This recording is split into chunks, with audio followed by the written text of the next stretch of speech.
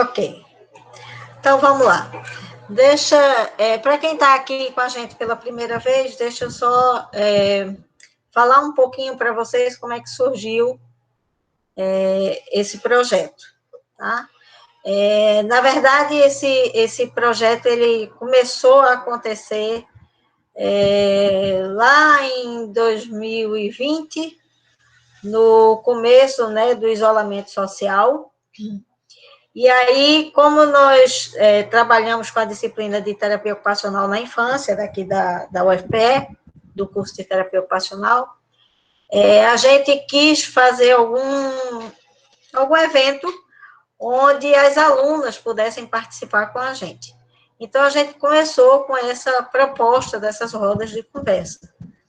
Só que ela tomou um vulto que a gente até nem esperava, mas foi tendo participação de outras pessoas, de outros lugares, de outros estados, e depois de um tempo a gente resolveu transformar isso em realmente um projeto de extensão, registrado no SIGPROJ, e assim a gente fez.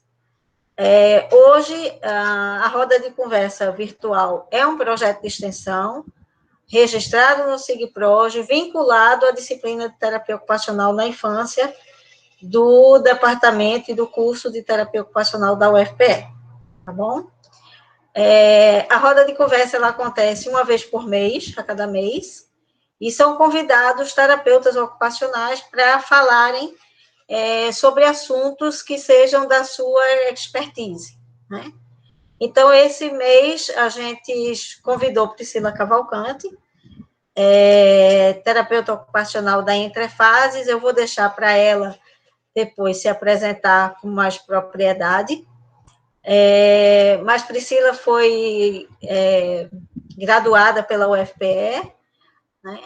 E hoje Priscila vai falar sobre seletividade alimentar. Então, Priscila, eu tenho muito prazer, foi muito bom para mim quando você aceitou o convite, né? Acho que vai ser muito legal. E a sala é sua, fique à vontade. Eu já tinha dito a você que a proposta é realmente de uma conversa, né? Que a gente possa conversar um pouquinho sobre esse assunto. Então, fique à vontade e, pessoal, aproveitem, né, essa jovem terapeuta ocupacional com o que ela tem para dizer para a gente.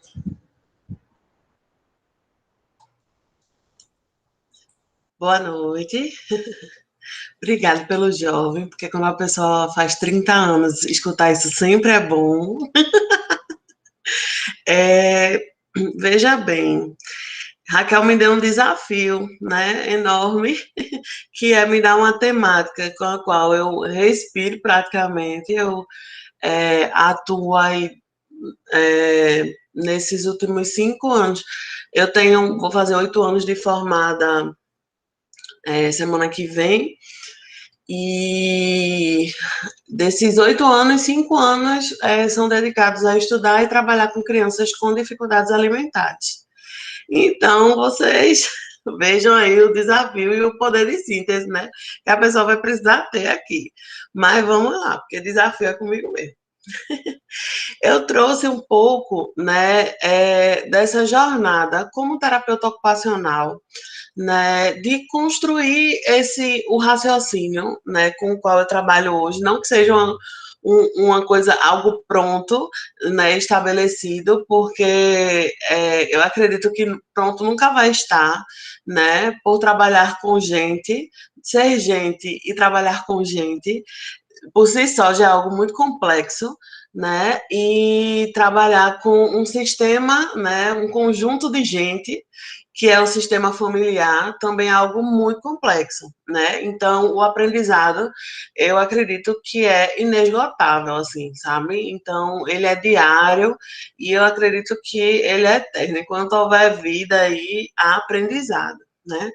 Então, eu quis frisar essa questão do tempo, porque, embora não seja tanto tempo, né, é basicamente toda a minha história como profissional, como TO, tendo em vista que eu não até que Raquel sabe, Ju, acredito que sabe também, foram minhas queridas professoras, queridas mesmo, sabem que o meu final de graduação eu não tinha muita afinidade com a infância, né? Eu queria muito trabalhar com saúde do trabalhador, sempre quis trabalhar na área de neuro, sempre me encantei por neuro, queria ser neurologista, pensei em ser neurologista, mas no meu terceiro ano eu conheci a terapia ocupacional e essa constância, essa sistemática da terapia, que a terapia ocupacional é exigida, né, no seu fazer, foi algo que realmente me encantou, pelo nosso trabalho, pela nossa profissão, e assim eu escolhi a TO. Tá? Então, eu faço questão de dizer isso. Eu não desisti de medicina, eu escolhi a terapia ocupacional, porque assim foi, né, na minha história. E aí, quando eu me formei, né, comecei a trabalhar com infância, porque quem não for formado aí, acontece esse fenômeno, embora que hoje o mercado de trabalho, ele está bem diferente, diversificado, estamos evoluindo aí em muitos aspectos, mas acontece esse fenômeno, né, de que quando você se forma, geralmente você não vai trabalhar aonde você exatamente quer e como você exatamente quer. Você está precisando de um din-din, querendo pagar uns boletos. Eu estava prestes a me casar, então eu precisava trabalhar. E aí, com muita gratidão, porque foi um trabalho que realmente transformou a minha vida, foi a ecoterapia, onde eu comecei a trabalhar com criança. E no início, eu fiquei muito nervosa e dizia não ia dar conta, mas eu tive contato com uma outra terapia ocupacional, com outra forma de estar junto, da infância. E os cavalos, eles foram meus grandes facilitadores nesse processo, né?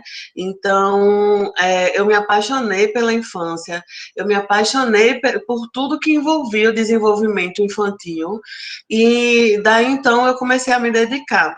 Então, para a pessoa que queria trabalhar com saúde do trabalhador, fez pesquisa na área e se envolveu um monte de coisa com adulto e neuro, né? Estava eu lá, Pri, toda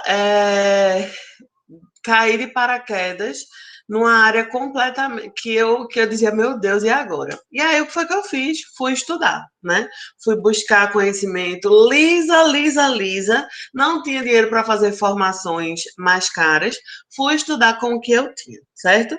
Então, isso é um pouquinho da minha história, do início da minha formação, da minha vida profissional, certo? Daí, desses 3 primeiros anos, tiveram aí umas intercorrências, umas viagens para Juazeiro do Norte, fui trabalhar distante, voltei, e as coisas foram acontecendo, e aconteceu algo que eu jamais iria imaginar, que era trabalhar num consultório, ter um consultório meu, e trabalhar com infância nesse consultório. Nesse consultório, né, na ecoterapia, eu já vinham algumas questões assim sobre dificuldades alimentares, né, mas vinha relacionado à própria dificuldade da alimentação, algo envolvendo questões motora, de treino realmente, né, e que eu podia orientar a família e poder estar junto, porque a proposta da ecoterapia, né, era completamente diferente, né, da proposta do treino, da função em si, né? E aí, quando eu vim para o consultório, né, comecei a trabalhar no consultório, foi que eu realmente me deparei com o número de crianças que foram chegando, com crianças que não comiam, que não queriam comer, que não conseguiam comer, na verdade. E aí eu comecei a dizer, meu Deus do céu, onde é que eu vou procurar coisa para poder ajudar essas famílias? As famílias começaram a chegar desesperadas. E eu dizia, meu irmão, eu sei adaptar um utensílio, eu sei fazer um treino, eu sei fazer análise da atividade. E aí, o que é que eu vou fazer? Mas essa criança não tolera sentir o cheiro, essa criança não tolera estar no mesmo ambiente, e o que é que eu vou fazer? Né? O conhecimento que eu tinha da nossa ciência ocupacional ainda muito imaturo, né? Recém praticamente saída da faculdade, muito imaturo e muito também restrito, sabe? Que até as coisas, as ferramentas que eu tinha, eu não pensava nelas e não utilizava elas de uma forma ampla, sabe? E aí foi quando eu fui fazer a formação de integração sensorial, a certificação, e aí eu comecei a entender melhor, né, o processamento sensorial. O que é que acontecia com o cérebro diante das informações sensoriais, o que é que acontecia com o cérebro quando ele estava frente a uma demanda. Então, isso de uma criança, né, neurotípica, chamada, ou numa criança com alguma disfunção, algum transtorno de processamento sensorial.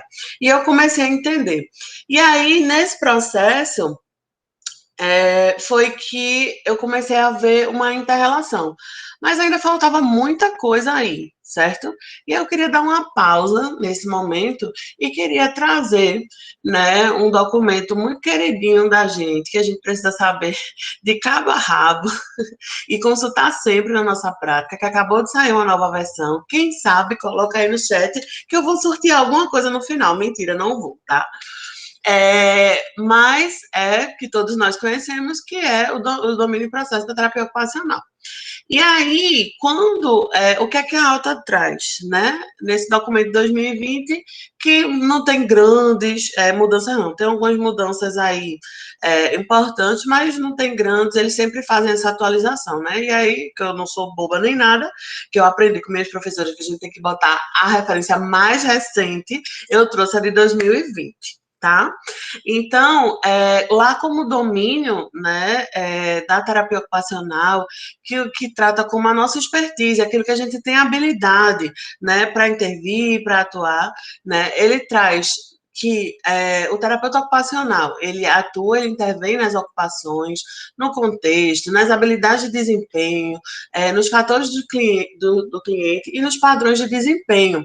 E que tudo isso, ele funciona, eles têm todos esses aspectos, eles têm igual importância e eles acontecem de forma dinâmica. Segurem essa informação, que a gente vai precisar dela já já, certo? Por que é que eu estou trazendo isso para vocês? Estou querendo dar aqui uma aula de fundamentos da terapia ocupacional? Não, mas é uma das coisas que faz parte da nossa missão aqui no Entre Fases, né? Um dos nossos valores, que é mergulhar na essência da nossa profissão. E aí, mais para frente, vocês vão entender como isso é importante quando a gente vai trabalhar com crianças com dificuldades alimentares, tá? Então, todos esses aspectos a Alta ela traz, né, no seu documento, que eles são de igual importância e eles atuam de forma dinâmica para promover, né, para a saúde, o bem-estar e a participação do indivíduo na vida, né, nas atividades do seu cotidiano. E aí eu queria frisar esse último ponto, que é participação na vida.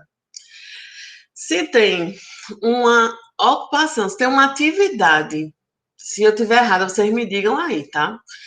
Por favor, que aqui é uma roda, o negócio circula, né? Porque o aprendizado ele é constante, eu já disse a vocês. Se tem uma atividade que está mais envolvida com a vida, com a participação do indivíduo em sociedade, que precisa tanto de um conhecimento dele desenvolver esse aprendizado, né, a partir dele, das habilidades dele de desempenho, dos fatores que ele traz, né, e dos padrões de desempenho que ele vai estar relacionando, que faz ele interagir com o contexto. se tem uma atividade que faz isso mais do que a alimentação, eu desconheço. Eu sei que com o TO é até difícil para a gente, né, trazer isso, porque na verdade o que importa é o que é mais significativo para o indivíduo, né, para a pessoa. Mas quando a gente vai estudar, a gente sobre alimentação e a gente vê a interferência que ela tem nas diversas áreas, quando a gente vê a interferência que ela tem nos diferentes papéis ocupacionais, né, o que ela demanda de habilidades, né, e de fatores específicos ali do indivíduo, faz sentido isso que eu estou dizendo, sabe? E isso é um conjunto muito do que a gente vem estudando e do que a gente vem vivenciando na prática. Então, eu me sinto nessa liberdade ousada de dizer para vocês que é uma, dentre as ocupações, para mim, né? Isso são vozes da minha cabeça, mas com alguns embasamentos, sim, que é uma ocupação, uma atividade que está ali, né? Top 1 na nossa vida. E aí, a OTA também, ela traz, né, como conceito de alimentação, né, que é o ato de preparar, organizar e levar a comida ou fluido do recipiente para a boca. Né? Isso inclui tanto a autoalimentação quanto a alimentação de outras pessoas. Então, veja, o conhecimento que eu saí da universidade, tendo em vista que há 8 anos atrás, isso, se hoje ainda muita gente busca esse conhecimento, busca saber mais sobre as dificuldades alimentares e como ajudar as crianças, há 8 anos atrás que estava menos ainda. Então, lembra que eu falei para vocês que quando as crianças começaram a chegar, eu fui vendo as ferramentas e os recursos que eu tinha e eu esbarrava nesses conceitos que eu não sabia usar tão bem e me faziam olhar a alimentação como algo mais restrito, né? Então eu associava geralmente, né? Não só eu, mas o que eu podia ver e trocar com outros colegas, que a alimentação era vista muito desse ponto de vista motor mesmo, sabe? De treino, de adaptação, de treinar ali as etapas, e estava muito relacionado a questões, aos indivíduos que traziam demandas físicas, deficiências mais físicas, né, ou neurológicas, que tinham acometimentos também físicos, mas não vista da sua forma integral, né? Então, assim, eu me deparei com essa primeira realidade, né, dentro da minha prática, e como eu falei para vocês, eu fui buscar. Lembra que eu disse, guarda essas informações, porque aí é quando as coisas começaram a vir fazendo mais sentido para mim. Na minha prática, o que foi que eu comecei a ver, a levantar alguns pontos, né? Que eu comecei a observar que as crianças vinham com dificuldades de aceitar determinadas texturas, é, um quantitativo de crianças que se chama neurotípicas enorme, então crianças que não traziam nenhuma questão de transtorno, nada que aos olhos assim da família justificasse aquele verdadeiro, às vezes, pânico estar na presença do alimento. Né? Então eu comecei a observar que as crianças elas não sabiam o que fazer com o alimento, tanto dentro da boca quanto fora da boca também, né? Eu comecei a observar que essas crianças que chegavam, elas não toleravam estar nos mesmos ambientes que os alimentos estavam. Então geralmente eram crianças que não tinham uma participação não tinha aquela vivência de mesa com a família. Comecei a também observar que, inclusive, não fazia parte da rotina da família, nenhuma, assim, não tinha nenhuma refeição na mesa, entendeu? A mesa era um lugar para colocar o jarro e olhe lá, né? E botar as coisas assim, enfim, mas tudo menos para ser um lugar ali para realizar, para se alimentar, né? Então, eu comecei também a observar que essas crianças chegavam apresentando reações emocionais frente a situações de alimentação. Então, algumas crianças só o simples fato de oferecer, de ofertar o alimento já desencadeava nelas choro ou irritação, ou até chegar em situações mais extremas mesmo, assim, de birra, de agressão e etc, né?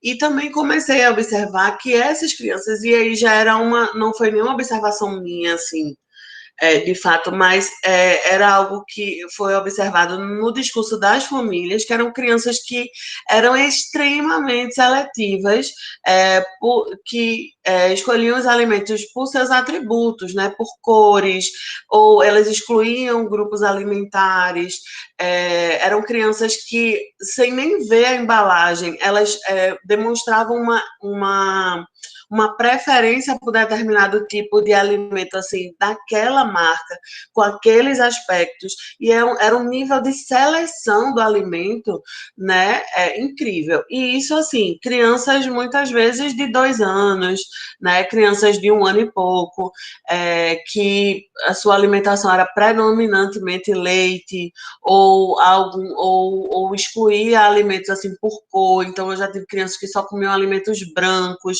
e dentro desses alimentos brancos, 3, 4 tipos de alimentos, né? E aí percebi também que havia um hiperfoco da família, que é assim, muito livre de julgamento, porque imagine só, você ter, não sei aqui quem é mãe, eu não sou ainda, mas lido, né, com elas todos os dias. Mas imagine você ter um filho e você não conseguir alimentá-lo, porque ele não consegue receber esse alimento, né? Então, é esperado que a família, que haja um hiperfoco da família nisso, entendeu? Então, tudo gira muito em torno daquela dificuldade que a criança apresenta, né? Então, as rotinas, a forma de se organizar na rotina, os seus hábitos, tudo passa a girar em torno para ter aquela para que aquela dificuldade da criança, ela que é um ponto tão estressor, um ponto de tanto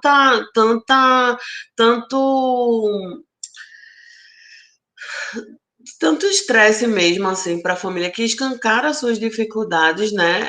Para ele ser o máximo possível evitado, entendeu? Então, eu comecei a ver diversas situações. Então, crianças que só eram alimentadas enquanto dormiam, que as famílias esperavam, né, as crianças dormirem para dar uma mamadeira super, mega, hiper reforçada, né, com tudo lá dentro, né, com verdura, com coisa, com muito medo que a criança entrasse no estado de desnutrição, né, e essa realidade começou a chegar muito, muito para mim, assim, de uma forma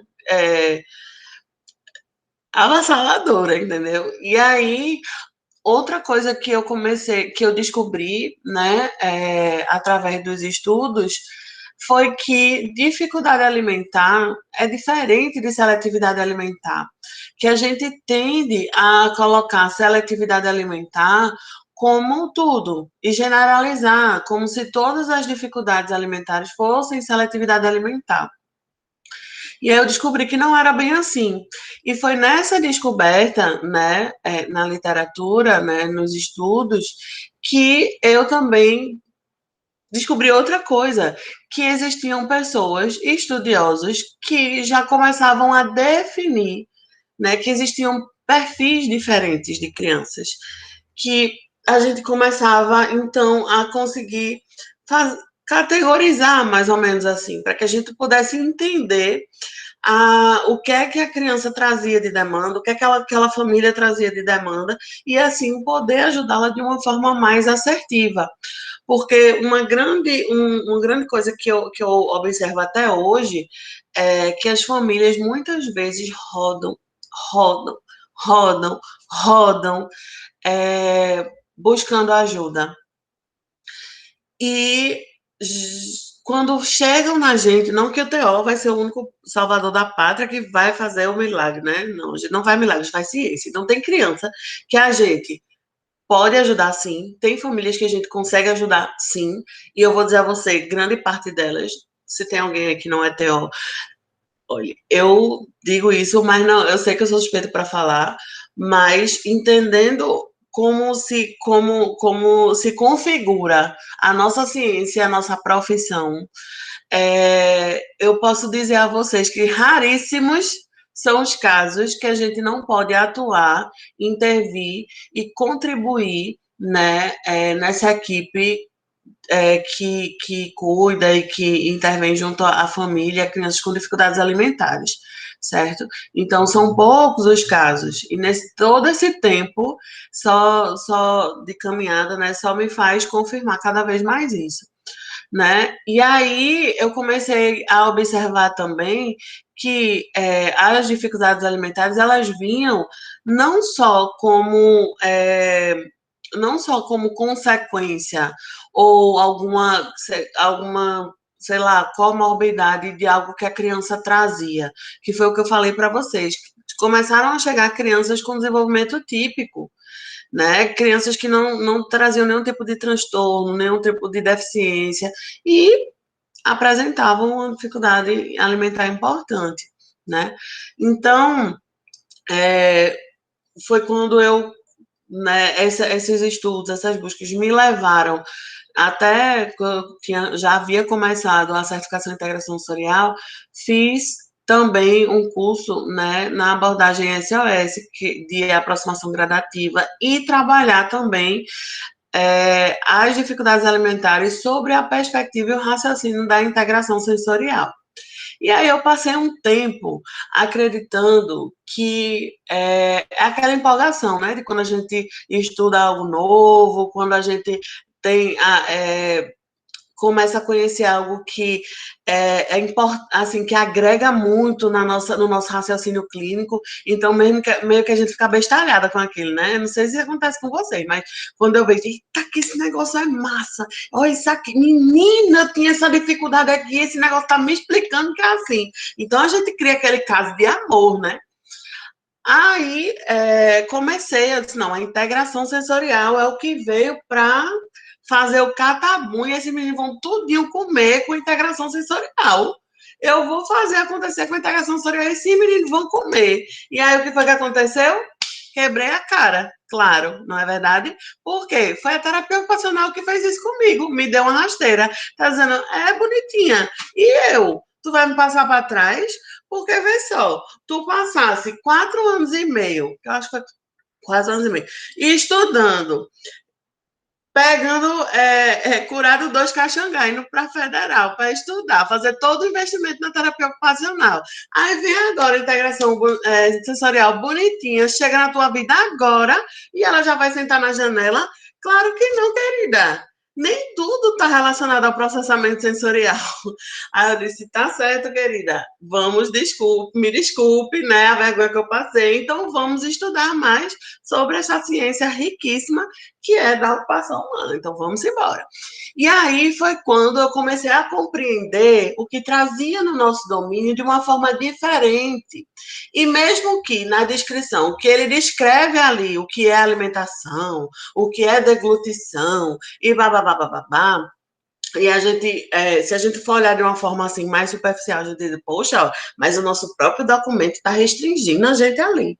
Mas porque você não leu ele todo, minha irmã. Você leu só um pedacinho, porque você queria saber aquilo ali e pontualmente. Você não foi ler com profundidade. Você não foi ver a complexidade. E mais do que isso, você não fez a inter-relação com a sua prática, né? Porque se a gente lê, a gente compreende, mas se a mãe chega com a dificuldade me falando que ela passou por um processo no puerpério dela, que teve uma dificuldade ali na amamentação, que a criança apresentava tais e tais e tais comportamentos nesse momento, que foi uma. E ela está me falando sobre o que ali? Não é? Ela está me dando muitas informações. ela está me dando informações ricas, e eu vou dizer, para quem quer trabalhar com infância, minha gente, na verdade, quem se propõe a trabalhar com gente que precisa de cuidado de terceiros, enfim, que tem cuidadores, no geral. Se você só olha para a pessoa, você está em 1901, viu? Porque esse negócio de cuidar da criança, de olhar pra criança, e olhar só se a criança faz amplitude de não sei o quê, se a criança processa tal sistema, se a criança leva o alimento até a boca, se tu ainda tá nisso aí, minha irmã, tu tá muito ultrapassada. Entendesse? Porque não tem como. Tem horas, tem. E aí foi que a terapia ocupacional deu uma rasteira em mim e disse assim: olha, bonitinha, quando o Dias falou sobre integração sensorial, ela já era terapia ocupacional. Eu já era terapeuta ocupacional. E a terapia ocupacional é um dos pilares da abordagem de integração sensorial. Então, tu deixa de resenha e vai-te embora estudar o que é a tua ciência, a tua profissão te ensina. E foi quando eu comecei a olhar assim com profundidade. Então, considerar muitos aspectos do nosso cliente. E esse cliente, ele não pode ser só a criança ou o adolescente. Esse cliente é a família, sabe? Porque existem dinâmicas diferentes nessas famílias que precisam ser olhadas, que precisam ser cuidadas, né? Não é que você vai ser a Xirra, a Mulher Maravilha, e vai entrar e fazer tudo. Porque se você estiver querendo fazer isso, você também está pensando errado, porque você está achando que você vai ser a salvadora da pátria, quando na verdade você é um suporte, você é uma facilitadora, porque o processo ele começa e termina na família, entendeu? A família que precisa ter autonomia nesse processo. Então, quando eu comecei a entender essas coisas, e não foi só a terapia ocupacional, eu preciso ser justa, né? Não foi só a terapia ocupacional que me trouxe esse conhecimento, né? A nossa ciência, ela é muito rica, ela é muito vasta, mas, como toda ciência, ela também tem suas limitações, né? Então, eu fui sim estudar neurociência, eu fui sim estudar psicologia, eu fui sim estudar até constelação familiar, porque tem coisa que vem, minha irmã, que é um emaranhado, que a gente precisa ajudar no desemaranhamento para poder chegar na alimentação, entendeu? E aí, esse olhar, o meu olhar que estava assim, ele fez assim, ó, puff, abriu. Então, assim, graças a Deus, ao longo desses últimos anos, né, não é que as dificuldades apareceram, as ferramentas para trabalhar com dificuldades alimentares apareceram nos últimos 5 anos, não, viu, minha gente? Eu estou falando aqui na minha trajetória, que foi quando surgiu para mim. Porque até 6 anos atrás, né, antes de tudo isso acontecer, para mim, o menino não quer comer, é frescura, é dana biotônico fatora. Se teve uma coisa que eu nunca tive problema na minha vida, foi com comida. Nunca tive, assim, tive, né, ao contrário. Porque aí os piá vinham sem comer, eu ficava desesperada e eu domava comer. Eu dizia, menino, esse vai tão bom comer. E, né? E aí, para mim era isso, né? Então, aquelas coisas, deixa com fome, não sei o quê. É nesse deixa com fome que a gente tem muito, muito, muito adulto com transtorno alimentar. E dificuldade alimentar não é só você selecionar o alimento. Às vezes é você comer em demasia também, é você não ter percepção de fome, é você não ter percepção de saciedade, é você não ter não ter prazer em estar ali, né? É você ter passado por trauma na sua história. Olha, minha gente, e aí a pessoa começa a descobrir, a pessoa estuda uma coisa, puxa a outra, estuda uma coisa, puxa a outra, estuda uma coisa, puxa a outra, o que é que acontece? Você vai ver que, os 1.000 dias da criança é muito importante. Aí quando tu tá entendendo os 1.000 dias da criança, acha que o povo vai pesquisar e diz que não é mais 1.000 dias, é 1.100. E gota é coisa que só a gota, eu digo, minha Nossa Senhora. Então, a alimentação da mãe, a relação dela com o alimento, tudo isso que é muito, está muito relacionado aos fatores ali da pessoa que influencia na alimentação, né? No processo de aprendizagem. E que anote aí bem grande, para quem não souber ainda, esse negócio de que comer é instintivo, entendeu? Comer é instintivo, comer não sei o que vem, é natural, é não sei o que. Fala isso quem não tem dificuldade. entendeu? Porque instintivo mesmo é respirar, minha gente. É respirar, né? Até que a ciência vá pesquisar e me diga o contrário, aí eu já vou, essa aqui já vai estar desatualizada, viu? Para quem está assistindo aí, está desatualizado. Mas comer é aprendizado. Como é que a gente quer que a criança aprenda a andar, a correr, a subir, a levantar? A gente quer que a criança aprenda a escrever e a gente não quer se dedicar a ensinar a criança a comer. Entendeu? Porque entram também questões complexas, sociais, geracionais, entendeu? E é um babado. E que se a gente vai trabalhar com a família, vai trabalhar só com a criança, não trabalha com a família, vem a avó que traz um menino toda vez para mim e diz: menino, achou uma besteira tão grande ele vir para cá. Ah, fez esse menino subir na escada, descer. O que é que isso vai ajudar, mulher, ele no banheiro? O que é que vai ajudar ele comer? E eu vou. Aí precisa, entendeu? É ter toda uma sedução com essa voz e dizer assim: não é, menina, mas vem cá, deixa eu te mostrar. Vem aqui para dentro. E aí, porque senão, o que é que acontece? E a gente não mostra como é a nossa prática de fato. E aí acontece os discursos: ah, foi porque o menino cresceu, ficou mais velho. Ah, foi porque. Foi assim, coisa do tempo mesmo, foi mágica. O povo prefere, mulher, dizer que a gente é fada, bruxa, milagreira, o que for, mas não dá o crédito para a ciência. Tadinha, ali se revirando no caixão, mulher.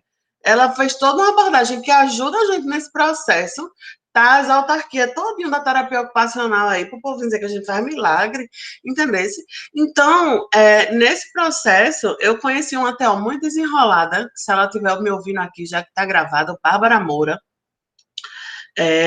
que eu me identifico muito com o que ela traz, assim, sobre alimentação, porque, de fato, eu penso a alimentação para além de todas essas questões, dessa questão mais restritinha aí, que eu já trouxe um pouco para vocês, e aí ela fala sobre os 4 pilares da alimentação, né? Que é fome, habilidade, conforto e motivação, certo? Então a gente, né, enquanto TO, pegando toda essa bagagem, eu pensei, né, meu Deus, como é que pode ser interessante para a gente conversar? Eu não vou poder levar a foto dos meninos, nem ficar falando de casa, não sei o que, a gente pode marcar isso em outro momento. Mas vai estar gravado, vai para o YouTube, não vou fazer isso, né? Eu tenho autorização e tudo mais, mas com algumas restrições. Então aqui não posso fazer isso. Trazer questão de literatura, coisa muito, muito teórica também, todo mundo acha isso, entende? Então, eu acho que o mais legal dessa troca é falar um pouco dessa construção, dessa jornada, a gente abrir para as perguntas, e aí quem tiver pergunta técnica, qualquer coisa, pode tacar aí que a gente vai conversando. Mas eu queria muito trazer para vocês essa mensagem e esse pensamento, porque é muito aquela frase, rapaz, que é de algum psicólogo, que eu esqueci o nome dele agora, ó. Oh, rapaz, esqueci. Mas porque o que é necessário que você domine todas as técnicas, né, todas as teorias, mas quando você esteja na frente de um humano, você seja outro ser humano, né? Então, você, com qualquer demanda que a gente for trabalhar, né? Antes de tudo, ou com qualquer abordagem que a gente for trabalhar, que a gente escolha, que a gente tire esse cabrestozinho e que a gente entenda que a gente é terapeuta ocupacional e a gente precisa pensar as ocupações para além de uma abordagem, entendeu? Então, hoje só nesses 4 pilares aí que ela traz, que ela fala, a gente tem pano para manga para trabalhar cada um deles, sabe? Então a fome, ela se caracteriza também como uma habilidade, uma capacidade sensorial de percepção seria, na verdade, a habilidade, né? Então tem crianças que comem, comem, comem, comem, comem e só se dão conta que estão cheios quando vomitam, né? Porque tem todo um prejuízo aí, tátil, proprioceptivo, interoceptivo, né? Tem crianças que chegam para a gente que tem uma dificuldade enorme em aceitar determinados tipos de alimentos, mas quando a gente vai conhecer um pouquinho mais a família, a mãe já tem todo um histórico de transtorno alimentar, de dietas restritivas, de falar sobre emagrecimento, de colocar o alimento como algo proibido, como algo que não é bom, né? De categorizar os alimentos como bom e ruim, enfim, e traz toda essa cultura. Então a gente vê crianças também tão pequenininhas que trazem discursos, entendeu? De não engordar, sabe? Todas essas questões. Também existem crianças que chegam para a gente, né?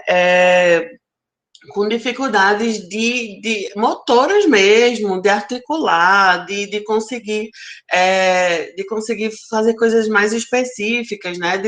De mastigação, de lateralização do bolo alimentar, tudo isso. É importante que a gente saiba, que a gente entenda e que a gente possa encaminhar, que a gente possa orientar de uma forma mais assertiva, porque chega a ser desumano o quanto que as famílias percorrem o caminho penoso que é, muitas vezes, para poder conseguir uma ajuda, uma luz, assim, para que a criança possa se desenvolver, né, nesse aspecto alimentar. Outra coisa que é muito importante a gente conhecer são os aspectos naturais. E isso aqui dá uma aula, dá um momento só disso, sabe, Raquel? Mas são os aspectos naturais do desenvolvimento, do aprendizado alimentar, entendeu? Existem esse terrorismo alimentar que acaba pegando a gente, adultos, nessa geração, acontece muito também com as crianças, entendeu? Então, existem coisas que tem algumas crianças que chegam para a gente que muita coisa das dificuldades alimentares, elas poderiam ser evitadas com um conhecimento básico, um conhecimento simples se a criança ela oscila mesmo, tem dia que ela gosta de uma coisa, tem dia que ela não gosta. E se você tomar como isso algo, já olhar de uma forma de dificuldade, de problema, e você não esperar esse tempo, né, e promover esse aprendizado alimentar, você pode estar construindo, sim, de fato, um problema. Porque existem fases do desenvolvimento onde a criança, sim, vai apresentar uma restrição maior, sabe? Que vai apresentar essas oscilações. Então, às vezes, em fases naturais do desenvolvimento, é que acaba se criando um grande problema, entendeu? E claro que isso é de muito desconhecimento, assim, entendeu? De ignorância mesmo, de não saber, de não ter contato com aquilo, né? De nunca ter tido a oportunidade de saber, de ouvir. Por isso que é importante esses momentos aqui, por isso que é importante a informação, quando ela vem de fato, de uma forma responsável, né? Porque também a internet ela é muito boa, mas também ela prejudica em muitos aspectos, né? E também vem aquela criança fruto de conhecimento da internet, né? Onde a família já tentou tanta coisa no desespero, né? Que cria-se um problema, né? Então, se vocês quiserem, eu posso disponibilizar artigos, coisas, posso mandar para a Raquel, para as meninas, coisas que fundamentam, tanto na terapia ocupacional, quanto nas outras áreas, que fundamentam muito, assim, a minha prática, né, que me ajudaram, assim, nessa construção. Como eu falei para vocês, cada criança que chega é um desafio, porque é uma série de combinações que a gente vai precisando fazer, e a gente vai nesse papel mesmo de detetive, de investigação mesmo, sabe?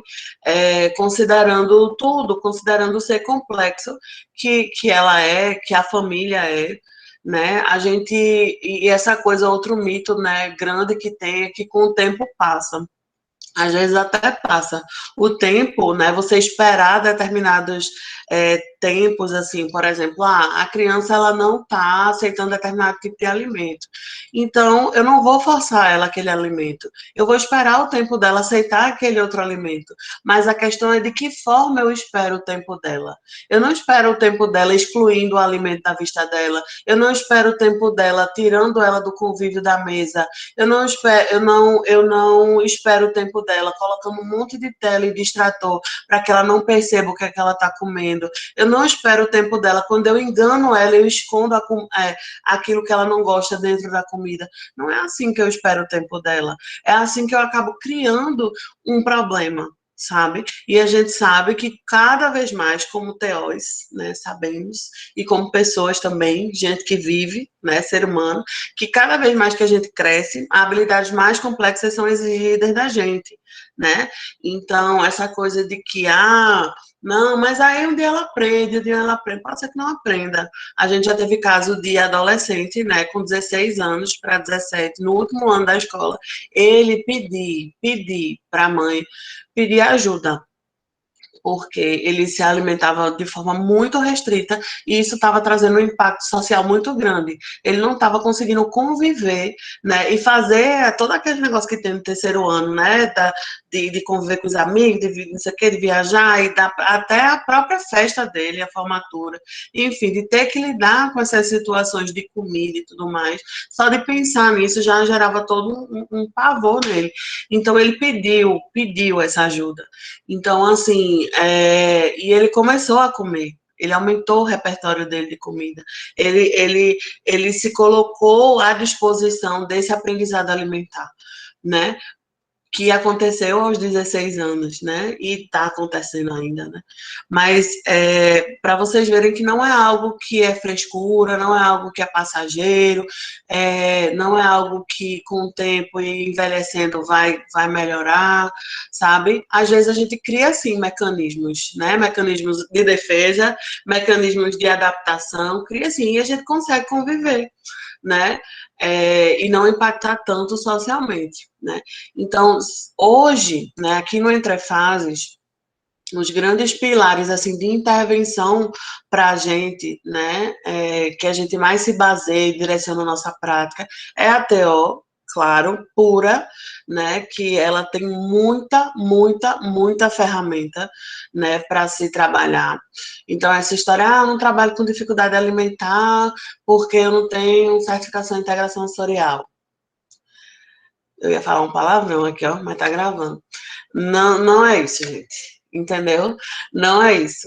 Então, assim, é você se fundamentar mesmo naquilo que você se propôs a ser, né? Terapeuta ocupacional. Ter conhecimento de integração sensorial não é também diminuindo a integração sensorial, não. Ela potencializa muito a nossa prática, ela amplia muito o nosso olhar, ela ajuda muito a gente, sabe? Mas ela não é a salvação de todos os problemas, não, tá? Então, terapia ocupacional, integração sensorial e abordagem SOS, de aproximação gradativa, né, que é uma abordagem que traz todo esse conhecimento de aproximação gradativa, então técnicas de como você, na fase que a criança está ali, no momento de se alimentar e de interagir com o alimento, né, de forma gradativa, como é que a gente pode, de forma gradativa, respeitosa, né, com todos os processos de habilidades dela, a gente incluir esses alimentos, né? Então, muitas vezes, o nosso trabalho com a criança, com a família, ele não vai começar logo de cara com o alimento, né? Ele vai começar entendendo toda essa dinâmica, todo esse processo, como acontece, como é que se dá esse momento da alimentação, esses momentos, como é a rotina, qual é a história, né? Isso parece uma besteira, minha gente, né? Que a gente pode pular, mas não é. Não é. É nessa história que muitas vezes tá ali, ó, a coisinha que você, com seu olhar de profissional, vai chegar e vai dizer assim, ó, isso aqui, e que a família não consegue enxergar. Por quê? Porque ela não estudou, ela não foi lá para a federal, assistir aula de Raquel, de audiovisual, que eu ainda peguei o negócio antigo, né? Ela não foi estudar ali, entendeu? Então não tem para que ela saber. Ela tem uma dor e ela quer que você resolva. E você estudou para isso, minha irmã. Vá-se embora e não fique insegura, dizer, porque eu não tenho integração sensorial. Não. Entendeu? Não é assim, não. Vai lá no Instagram, no Entrefase também, manda uma DM. Priscila, eu tô com uma menina assim, a gente faz supervisão, a gente, se não tiver dinheiro para fazer supervisão, a gente faz o que pode, dá a dica que pode, mas busca, estuda, entendeu? Porque é de graça, sabe? É de graça aí esse conhecimento que vai vindo. Isso aqui é uma oportunidade de acesso, né? Então, a gente vai conhecendo as coisas, as pessoas. Eu vou parar de falar um pouquinho para escutar vocês. Eu quero perguntas, eu quero coisas para a gente conversar aqui, dialogar. Não sei se fez sentido para vocês, se for um monte de coisa e vocês estão viajando, mas vamos aí conversar. Ó, Juliana levantou a mão, mas é fina e educada, meu Deus. Educadérrima. Quem é que está com o chat? Eu já tinha colocado no Bruna, chat aí que eu tinha uma pergunta. Então, vão seguindo aí Tem no alguém na chat, minha meninas, frente? para a gente Tem alguém que se inscreveu antes? Não, para a gente não pular uma a outra, tá? Aí vocês, depois de Juliana, vocês dizem quem é, tá? Pronto, mais uma vez explicando a música. Eu não posso abrir a câmera, mas vamos lá. Pri, primeiro te dizer que eu fiquei encantada com a sua palavra, sua palestra, certo? Super completa, muito feliz, né? Porque além de a gente saber e ver sua competência, seu investimento, a gente vê que você não abandonou a OTA, a terapia ocupacional. E isso eu acho que isso eu acho que a gente já consegue colher frutos da universidade do que, né, do que a gente passa dentro da universidade, porque quando eu vejo às vezes profissionais antigos, a gente não tinha uma referência em termos de terapia ocupacional, né, Isis? A gente não tinha uma referência tão forte, né? Apesar de algumas pessoas não, assim, algumas linhas não gostarem tanto, né? De haver controvérsias, mas eu amo mesmo, é uma estrutura, é a estrutura da nossa prática, e aonde a gente estiver, no centro obstétrico, que é a minha experiência lá na saúde da mulher, no HC, então dentro de um centro obstétrico a gente sabe o que faz, porque a gente tem ali um norte, né, e eu acho que isso é bem importante. E foi perfeita a tua fala, sabe? Quero te agradecer por compartilhar a tua experiência com a gente. E fazer uma pergunta que eu tenho curiosidade já há um bom tempo. Já, assim, já imagino uma resposta, mas acredito que pode ter que tenha coisas além, assim. Primeiro que você trouxe uma questão aí, uma carga emocional muito grande na sua palavra, porque eu acho que o sensorial está posto, eu acho que toda vez que se fala em, né, distúrbio alimentar, se pensa no sensorial. Mas o emocional, você trouxe de uma forma bem forte, né? E eu acho que isso é bem importante, essa questão da família, né? Enfim, de tantas questões aí que perpassam, que vão interferir, né? E aí, a minha pergunta é a seguinte: isso não existia antigamente? Existia, mas não tinha incidência, não tinha. Não acho, isso não existia. Não como está hoje. Eu acho que você deve concordar comigo que não é de jeito nenhum. Eu tomei biotônico Fontoura, adorava aquele gostinho de álcool. Tomei biotônico Fontoura, mas era assim, era uma falta de apetite, né? Não comia a quantidade que os pais queriam. Mas assim, esse sintoma, da forma que está hoje, como você disse, a quantidade de crianças que chegaram para você, pois é, Isis, a quantidade de crianças que chega para você, né? E aí eu fico me perguntando o porquê, sabe? A gente pensa, né? Tecnologia, a sobrecarga de trabalho da família, dos pais, como você disse, essa questão da dinâmica na família, não senta numa mesa, tem muitas coisas que podem, de repente, responder, né, essa pergunta. Mas eu queria saber de você se, para além disso, você consegue identificar algo se existem estudos, uma pergunta também, se é só ambiente, porque a gente está falando aí de ambiente. Quando a gente fala tecnologia, né, a dinâmica familiar, sentar à mesa, emocional, ambiente, aquela coisa toda. Mas, para além disso, já existem pesquisas mostrando realmente alguma alteração, enfim, fisiológica, neurológica que justifique, ou em relação ao ambiente tem algo mais?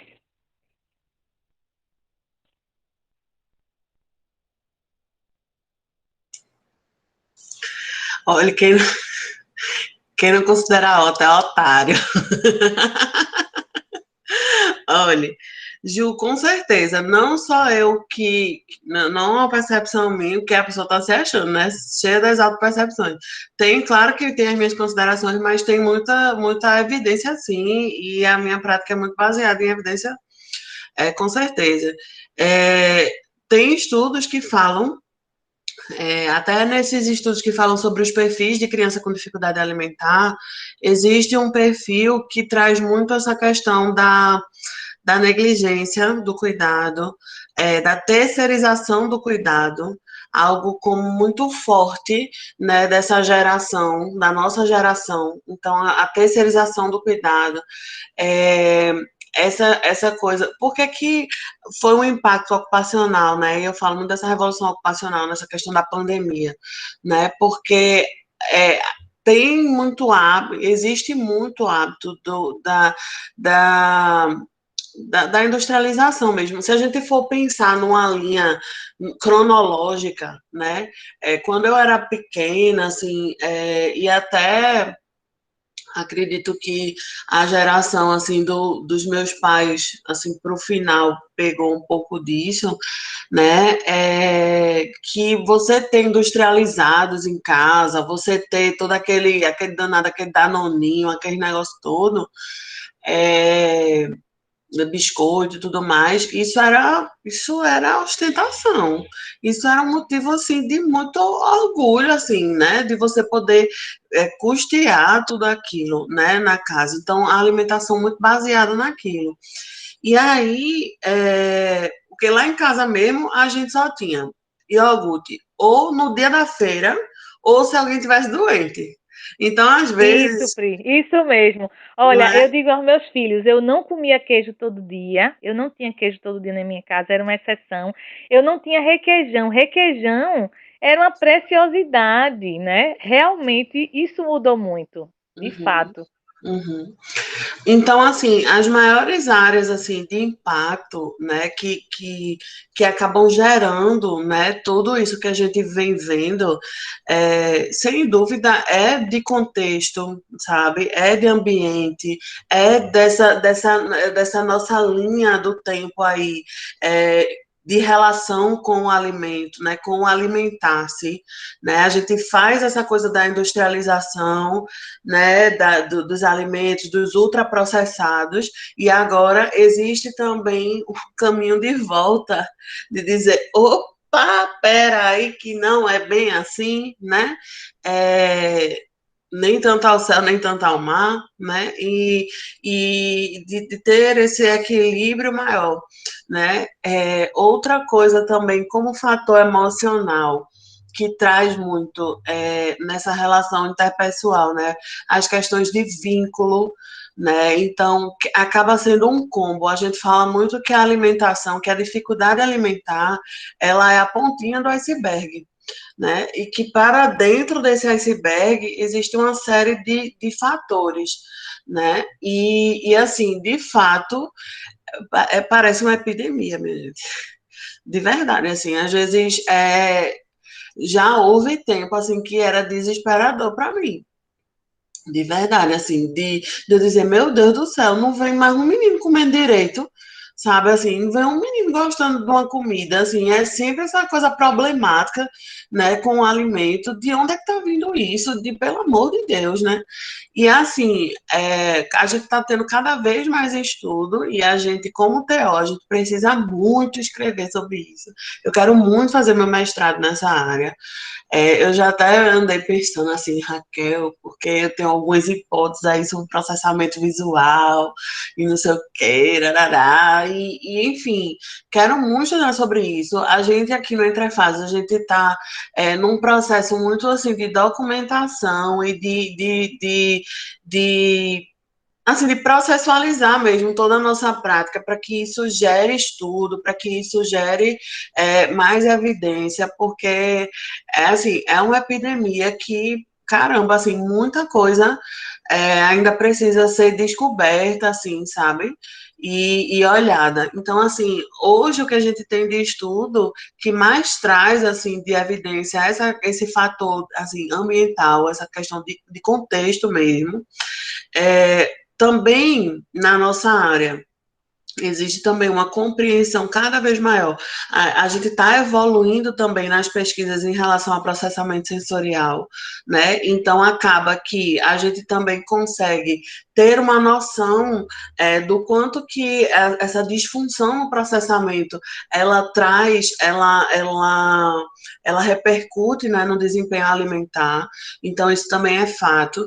Então essas questões sensoriais que a gente sabe que vem muito numa configuração ali também genética, hereditária, né? A criança não vem à toa ali, não é à toa. Quando você vai perguntar, né, sobre aos pais mesmo, como é que elas se relacionam com determinados tipos de estímulo, ou área, ou sistema, você vê que tem ali uma arvorezinha genealógica que culmina na criança. Então, e a gente está caminhando cada vez mais para um tempo onde tudo vai se convergindo cada vez mais, sabe?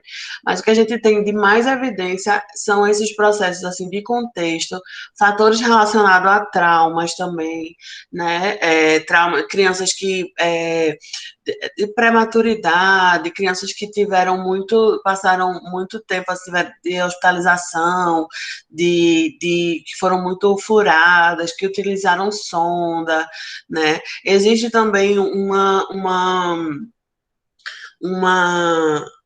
todo esse movimento de obrigatoriedade que a mulher precisa amamentar e que tem que ser de todas as formas e que se você não amamentar, você é menos mãe. E isso influencia muito nessas questões de vínculo, entendeu? Até porque algumas dificuldades alimentares, elas acabam sendo originadas justamente também nesse processo, entendeu? Então, não tem como desconsiderar como na gestação, como é a relação dessa mulher com o corpo dela, a imagem corporal dela. Por isso que assim, é de extrema importância o trabalho com as gestantes, entendeu? Que a povo, eu não sei o que é que o TO vai fazer com a gestante. Minha gente, como eu disse, eu não sou mãe ainda não, mas que é negócio mais transformador enquanto papel ocupacional, porque você se tornar mãe, quem é mãe aí me diga, né? Não quer dizer que se você passou a vida sem você ser mãe, você não vai viver outros processos transformadores, né? Não é isso que eu estou dizendo, mas a gente não tem como negar que a maternidade, né? Esse papel ali, você educar, você lidar com outro ser ali, né? Seja seu biológico ou não, mas é um processo muito complexo, né? Então, tudo isso interfere bastante, sabe? Não sei se eu respondi, Ju. Sim, Respondi. Eu posso mandar respondeu para sim, você Pri. também os artigos. Já tem algumas coisas aí interessantes fazendo essa inter-relação do processamento sensorial com o desempenho alimentar, né? Tem uma teoria muito desenrolada, assim, sabidona mesmo, que eu tô na cola, eu queria que essa mulher fosse alguma coisa minha, assim, com a orientadora, algum negócio desse. Eu já até me ofereci para fazer estágio lá na clínica dela, mas é na Espanha, mulher, eu fiquei sem tempo. É a Isabelle. Isabelle, ela deu eu fiz o curso com ela e ela tive a honra, porque foi uma honra mesmo, assim, de receber essa mulher aqui no Entrefases. Teve esse curso aqui em Recife e a prática foi aqui no Entrefases. Então, assim, ela é um monstro, assim, sabe? Tanto com relação aos aspectos relacionados à alimentação, quanto à dificuldade de evacuação e retenção fecal, assim. Ela é e ela está desenvolvendo no doutorado dela alguns instrumentos para ajudar na nossa prática. Alguns deles a gente até usa aqui, que ela disponibilizou, né? Mas ainda não está aí publicado e não sei o que, ela ainda está nesse processo de melhoria. Mas a bicha é desenrolada, viu? Eu ainda vou lá fazer estágio com ela. Massa, Pri. Respondeu sim, Pri. Acho que a questão da ansiedade, né, está muito presente também, né? A faixa etária que você atende, que chega mais, são os menorzinhos ou não? Ou é relativo? É bem variada, vice Ju. O que chega menos é adolescente, né? Não sei se é porque ainda não existe muito aí talvez a cultura, o comportamento aí, né, que precisa ser estudado aí das famílias, não sei, mas chega mais pequenininho, assim. Ou na primeira infância tem chegado mais, graças a essa divulgação e tudo mais, tem chegado muito na primeira infância e tem chegado também criança maior, assim, sabe? Que aí, assim, é todo um babado. E eu acho que eu não vou deixar a pergunta para ninguém, né? Pelo jeito. Só mais uma perguntinha, prometo que é a última. E essa aí você falou da faixa etária, né? E existem casos da criança que se alimentava e parou ou não? É sempre um. Existem Sim. também. Ju, de tudo existe, minha irmã. De tudo existe. Se a gente tomar um café, eu te conto. Porque de tudo existe. Entendeu? Se criança que se alimentava não se alimenta mais, criança. Enfim. Entendi. Joia, Pri. Muito obrigada, querida. Já vou passar a vez aí para. Meu Deus, eu respondendo Vou passar a pergunta de oportunidade. Juliana, minha gente. Eu respondo as perguntas de Juliana. Maravilhosa, você está maravilhosa. Isso é um negócio assim, emocionante. Não, eu me lembrei que você era de saúde trabalhador, realmente, né? Eu não sei se eu fui tua banca. Tu eras orientando, foi Dona Karina, foi ou foi de Dani Carneiro? Lembro disso, quando você falou. Banca. Obrigada, Pri. Parabéns pelo seu trabalho. Hoje eu aplico meus conhecimentos de saúde trabalhador liderando minha equipe, veja, nada é à toa. Ai, que vida. Bom, perfeito.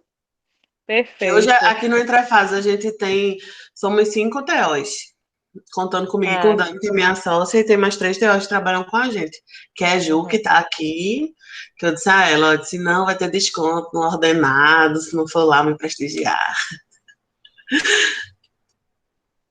Sim, tem mais ninguém Massa, não? Querida.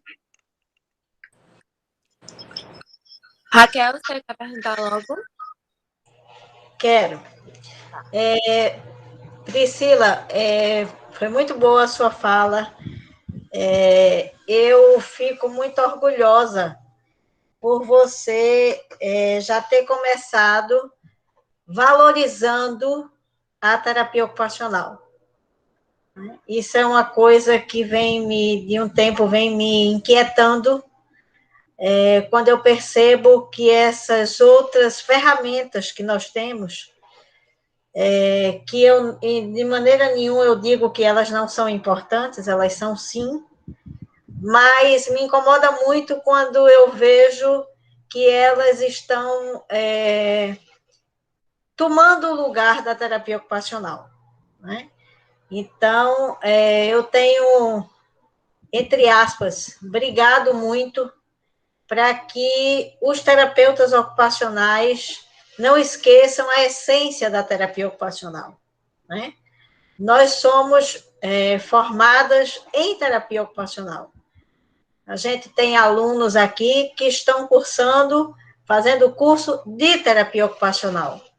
Então, me inquieta muito, me incomoda muito essas chamadas, por exemplo, de emprego, né, de trabalho, e que exigem que o profissional da terapia ocupacional ele só pode ser empregado se ele tiver tal ou qual formação. Isso tem me inquietado bastante. Então, muito obrigado por esse acalento no meu coração hoje, né, de você ter levado essa rasteira da terapia ocupacional, né?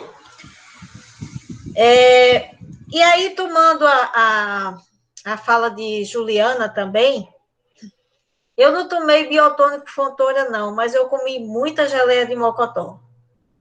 Muita, né? E eu era uma criança que eu tinha muito fastio. Muito.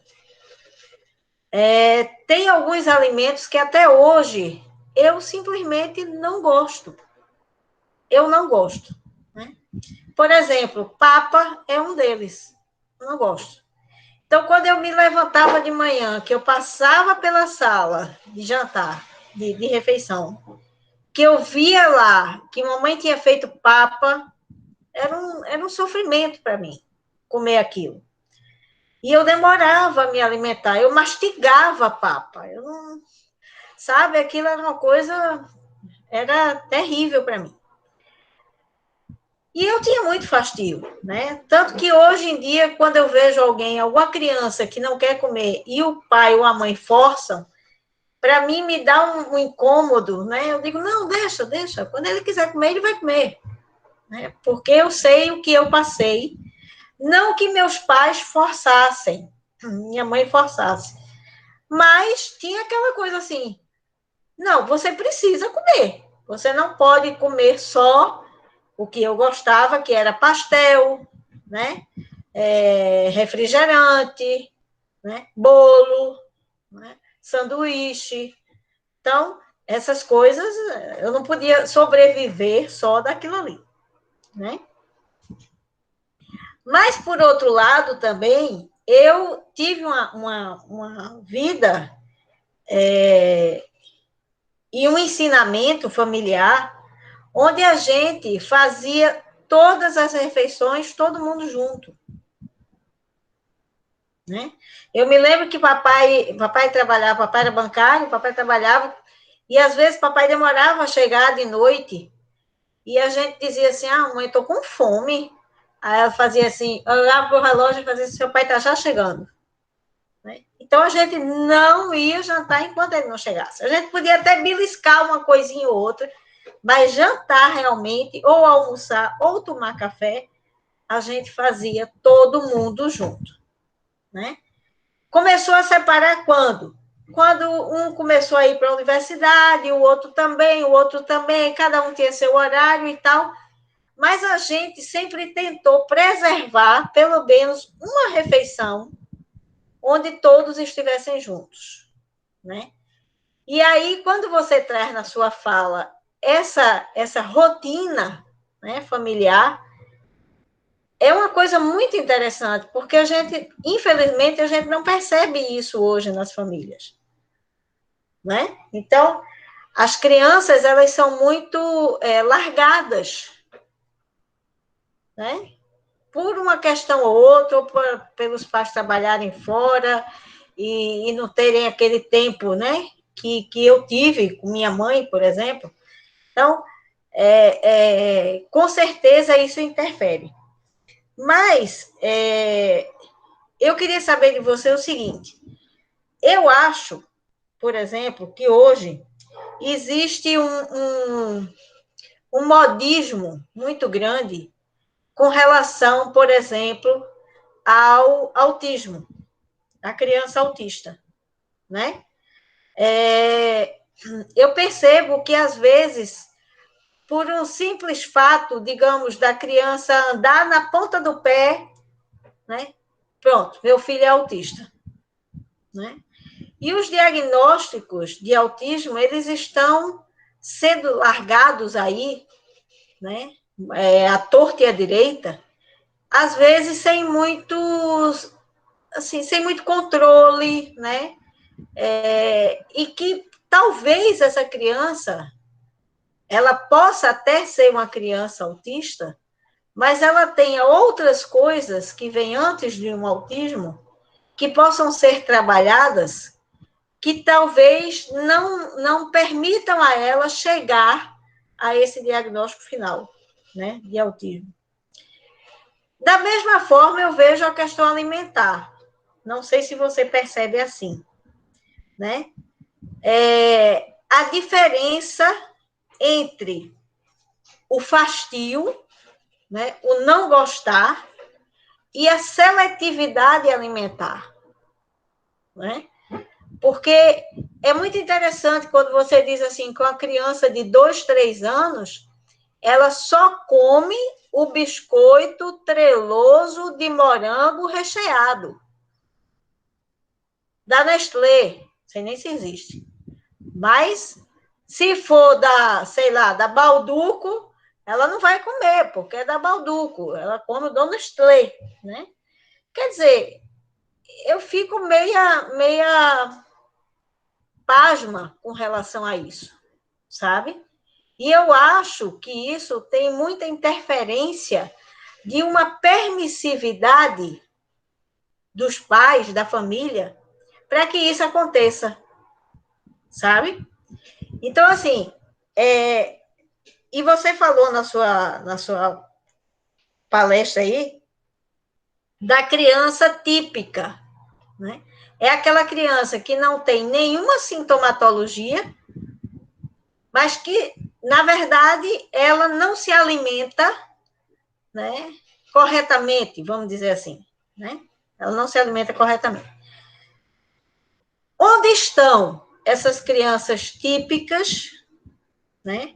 Elas estão no consultório? Elas estão perdidas aí, por aí, né? Elas existem, né? Porque, outro exemplo meu, eu aprendi a comer cebola, por exemplo, vendo meu pai comer cebola.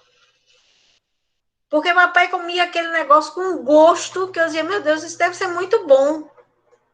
Isso deve ser uma delícia, né?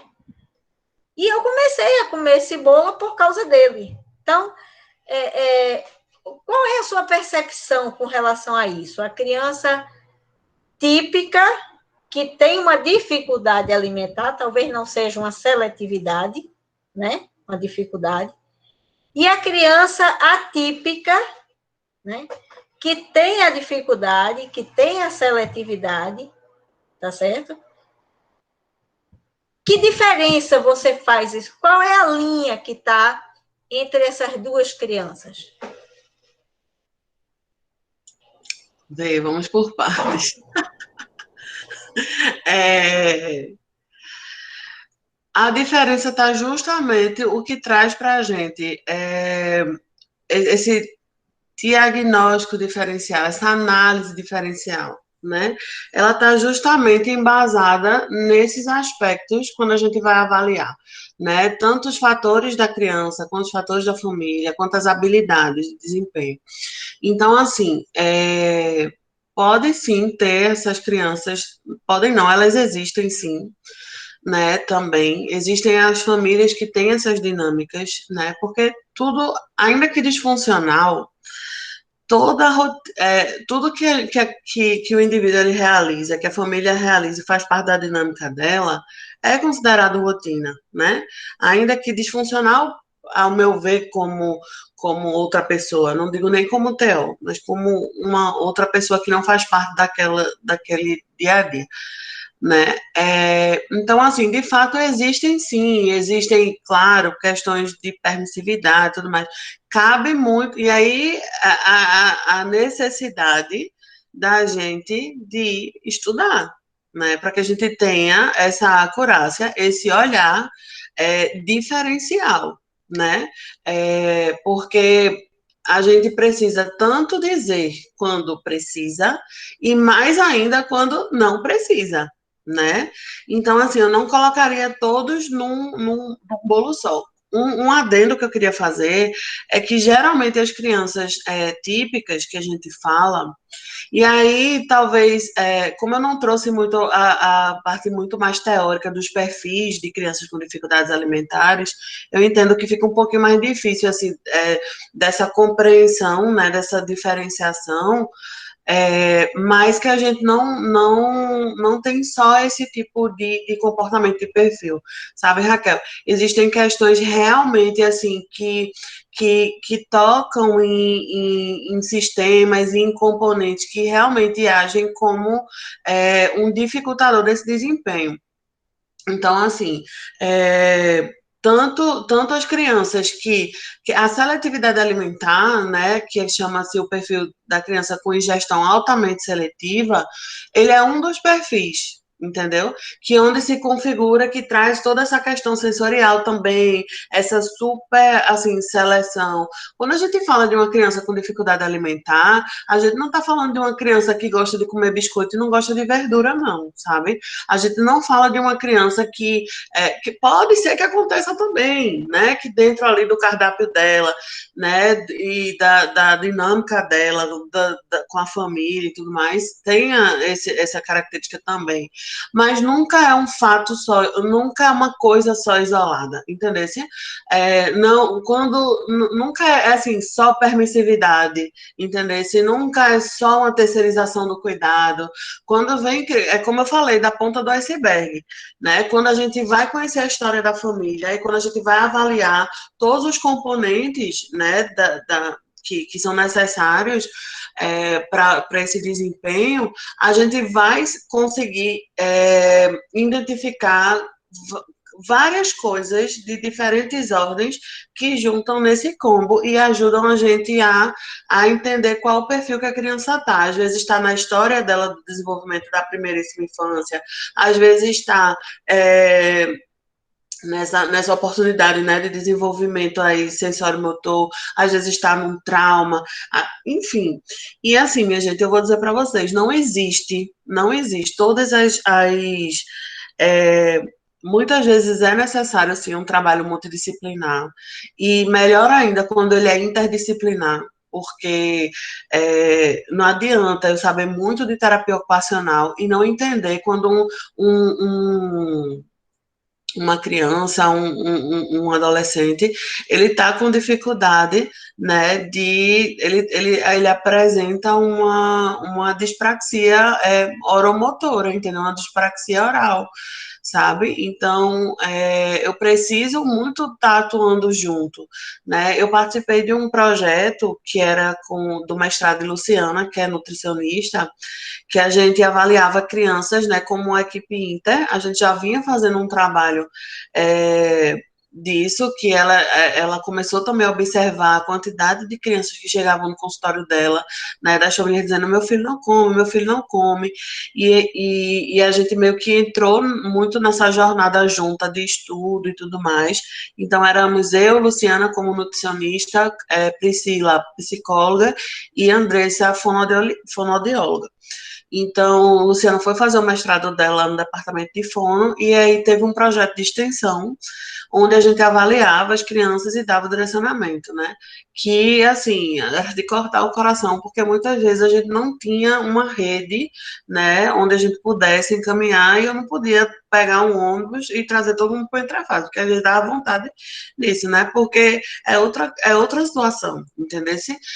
Claro que tem essa questão social, tudo mais, mas também não está só na população que tem mais dinheiro, entendeu? Que tem babá, que pode comprar o supermercado todinho de variedade, não está só nessa população. Então, isso também é um outro fator, né, que a gente descarta essa questão da permissividade. Às vezes tem a mãe que faz o bicho, o elefante, o negócio ali do cisne para o menino comer, e não acontece, entendeu? É uma mãe que está ali em casa, que investe, que está junto da criança, que percebe a sua criança, mas que não consegue alimentar o filho, entendeu? Imagine só, você chegar, uma nutricionista chegar para você desesperada porque não consegue alimentar o filho, entendeu? Então, assim, uma pessoa que tem um conhecimento, sim, de alimentação saudável, de tudo, sabe? Então, existe também um preconceito muito grande de levar logo para isso. Ah, não, é frescura, é porque o pai e a mãe não sabem educar, é porque é isso, sabe? Existe muito isso, mas a gente, como profissional, a gente precisa, sim, ter conhecimento de todas essas ferramentas, ter esse olhar diferenciado para orientar a família, né? Porque geralmente as crianças elas vêm com dificuldades assim importantes e reais, assim, significativas, sabe? Pois é, Só aí é falando uma questão importante. do diagnóstico que você falou, né? Como tudo que vai acontecendo, né? Que vai se falando mais, existe às vezes esse surto coletivo, né? De que qualquer coisa é aquilo. Então, eu tenho rinite alérgica, minha gente. Esse negócio de entrar no ar-condicionado, sair no calor, entrar não sei o quê, isso me ferra, porque eu vivo espirrando, eu vivo tossindo, eu vivo coçando tudo, então eu já peguei Covid 15 vezes, né? E se juntar com ansiedade, minha filha, que a respiração fica curta, que o negócio, né, junta aqui a dificuldade de respirar, pronto, é Covid na certa.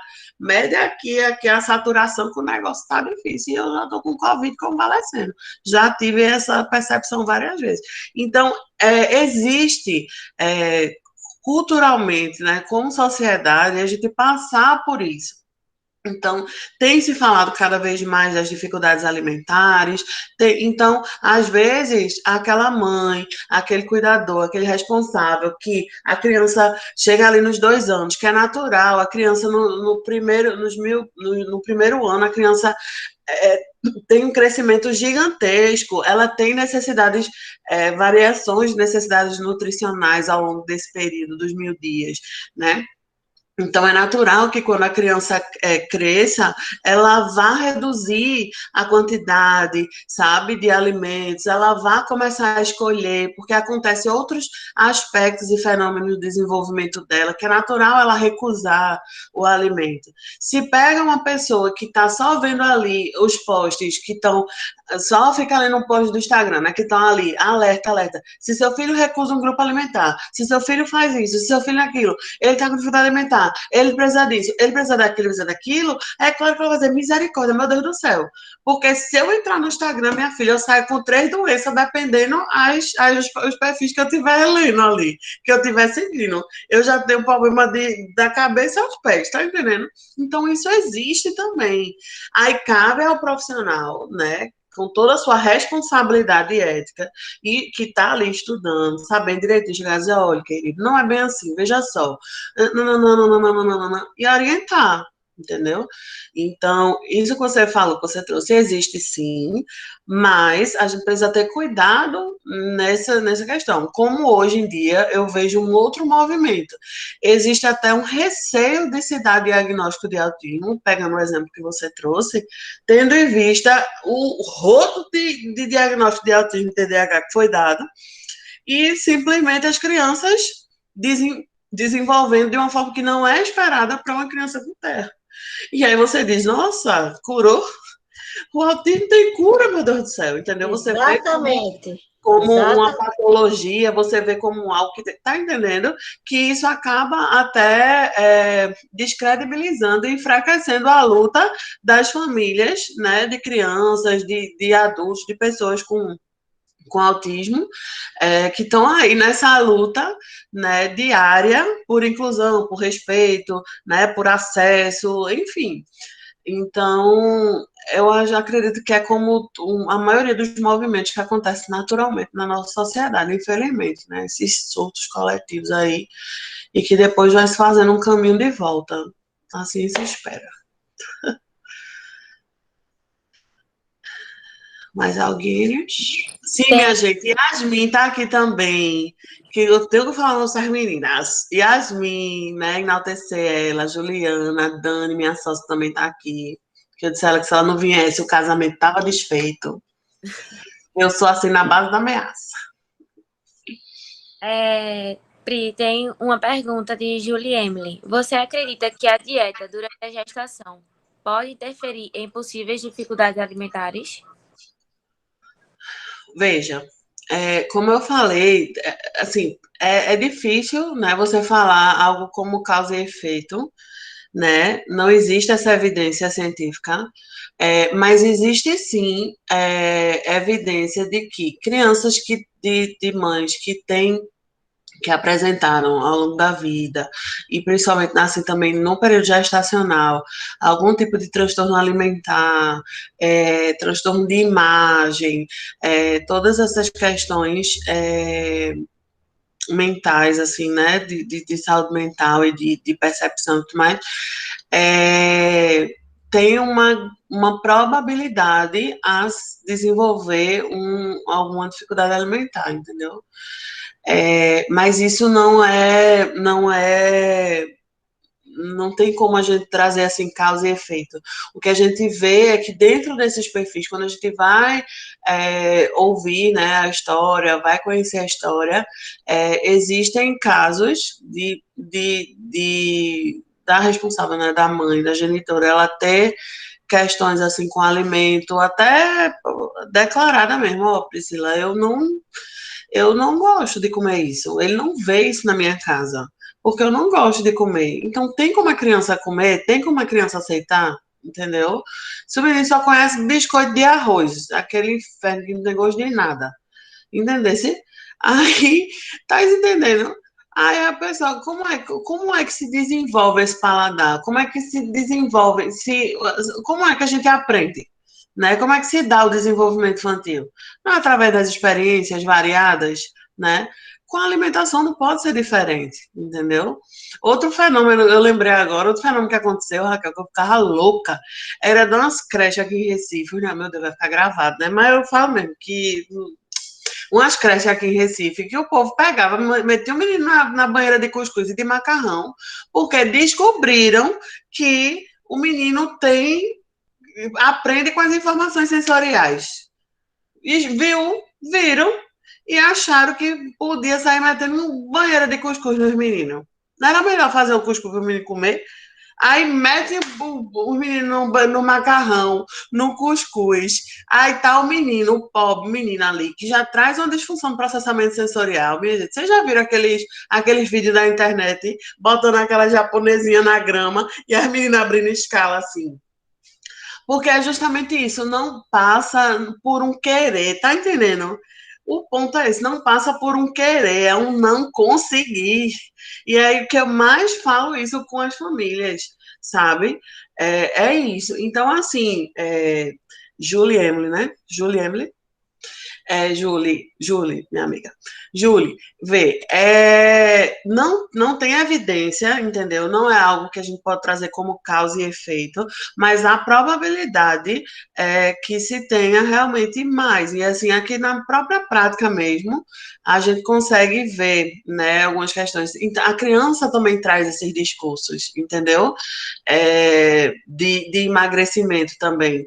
E como eu pessoalmente já vivenciei muito disso na minha vida, então eu detecto logo, sabe? Então, vem umas conversas assim de que essa semana passada eu vou ficar arrasada. A menina olhou pro meu braço e fez: Tia Pri, por que seu músculo é tão grande? Mulher, mas não era músculo, não, era um braço gordinho mesmo. Aí eu disse, porque a tia Pri tá aqui o tempo todo com vocês, ó, botando pra cima, botando pra baixo. Aí ela pegou e fez, e porque come também, né, tia Pri? Eu disse, também, que é pra gente deixar os músculos fortes, a gente tem que comer também. Ainda bem que foi 9 anos de terapia para lidar com isso com leveza, não é verdade? Mas tem isso, sabe? Tem esse discurso, assim, essa cultura da dieta, essa cultura do emagrecimento, porque é algo que é muito valorizado na nossa sociedade, entendeu? Se uma pessoa ela sofre de ortorexia, ela é elogiada, entendeu? Ortorexia, para quem não sabe, é aquela pessoa que é ali, ó, é o contrário da compulsão alimentar, entendeu? É uma pessoa que é viciada naquele corpo esguio, magro, então ela faz dietas restritivas, ela treina excessivamente, é, Ortorexia não, desculpa, ortorexia é quem é a pessoa que é muito para alimentação saudável mesmo, que tipo, não come um pão, não come um carboidrato, é paleolítica, é a febre do rato. E tem a vigorexia também, que é a galera que tá ali, ó, que coisa, que treina muito, enfim, que quer ser sarado e trincado. E quando junta as duas coisas, vocês já sabem no que dá, né? Graciane Barbosa. Meu Deus, no YouTube, ela vai me ver, Graciane nada contra. Mas é isso, tá entendendo? Então, tem como a nossa. Nunca se falou tanto em dieta, nunca se falou tanto em emagrecimento, nunca se falou tanto, sabe, em olhar para o alimento, para a comida, para o ato de se alimentar, como algo de uma forma distorcida, tá entendendo? É Então, o culto ao corpo, né, Priscila? Isso. É o culto ao corpo, né? Isso. Agora tá todo mundo se lascando e correndo atrás de cuidar da mente. Porque Da já se mente. ferrar todo mundo com esse negócio, tá entendendo? Mas Eu não tem. tenho uma sobrinha neta de 9 anos. Se ela for para uma festa de aniversário, ela só pode comer um brigadeiro. Eu disse a ela, minha filha, uma vez a gente estava no aniversário de um outro sobrinho. Eu disse, meu anjo, coma. Coma enquanto você pode. Vá comer. Não, não, tia Raquel. Minha mãe disse que eu só posso comer um brigadeiro. É isso, né? É isso, né? Aí a gente vai para aquela coisa do 880, né? Ou tudo ou nada. Enfim, se eu também trouxer aqui a minha história, minha filha, a gente sente vira a noite numa rave. Mas é muito disso. Então, assim, não tem como a criança, isso não repercutir nessa geração que está chegando, entendeu?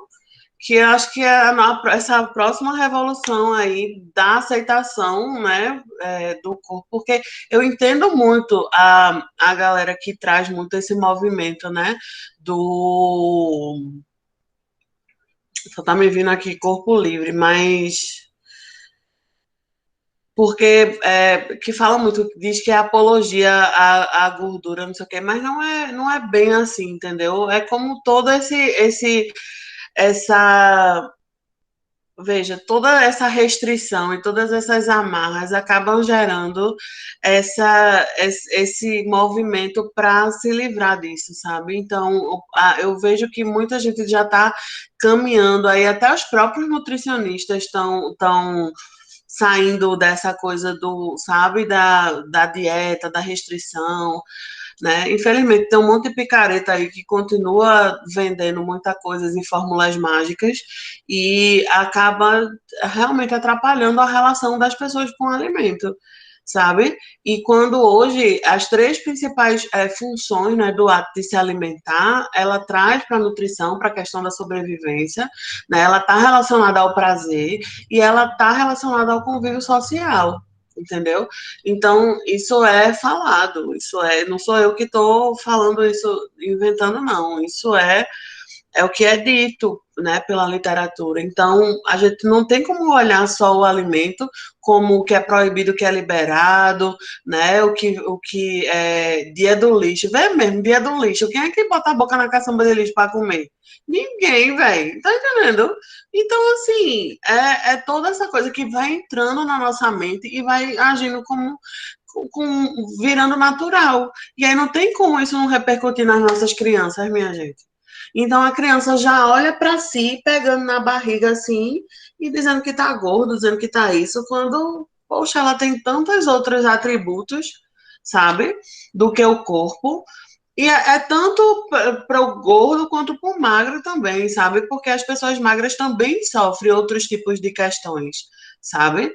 Enfim, de infinidade de coisas, que isso também é outra pauta, a gente pode chegar e marcar outro dia e falar também. Mas porque uma coisa puxa a outra, tá vendo que a gente não é uma coisa só.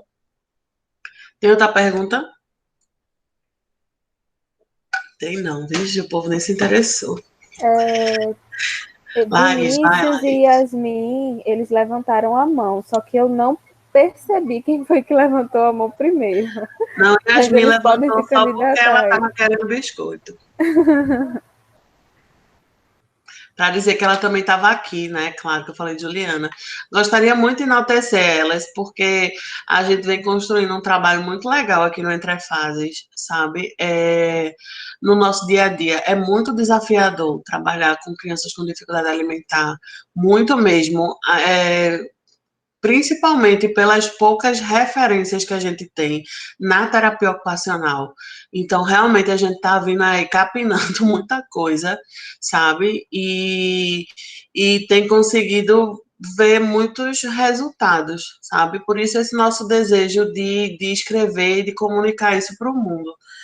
Sabe, quem sabe a gente não abre aí um projeto de extensão com Raquel, que ela junta aí a UFPE e bota aqui campo de prática e a gente tome a fazer pesquisa aqui no Entrefase e vira um centro de pesquisa de terapia ocupacional e dificuldades alimentares. E eu não estou querendo nada aqui falando.